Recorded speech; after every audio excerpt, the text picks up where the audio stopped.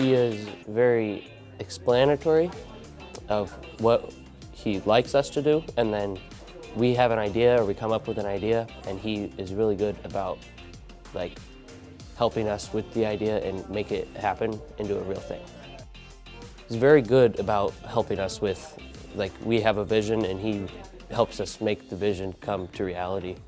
I think he earned it because, well, he is really good about helping his students, and every single one of them, he watches every single one of them, make sure they're all doing what they're supposed to and doing it well. So I think that's why he earned it. He helps, like, he does a great job explaining things. He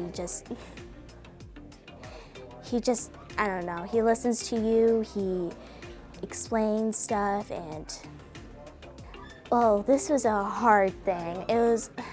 I didn't quite get it at first. It was Module 3. It was about carbon dioxide and photosynthesis. I didn't quite get it at first, but then he helped me through it and I started getting it, and it's just made a lot more sense. And that was my favorite thing I learned because it was hard. And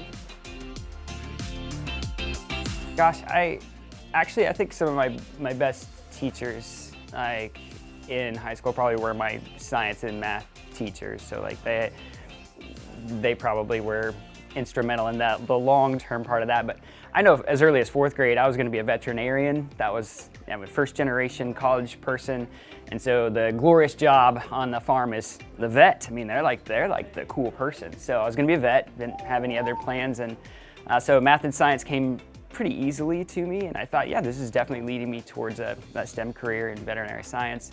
And so yeah, I'd say fairly early on, just being a farm kid, you're already interested in making stuff. I was in the creeks building dams and stuff, and and have a lot of other things to do. You have thousands of acres of yard and you just build stuff. So I'll be honest, it's personally, I feel really validated and excited.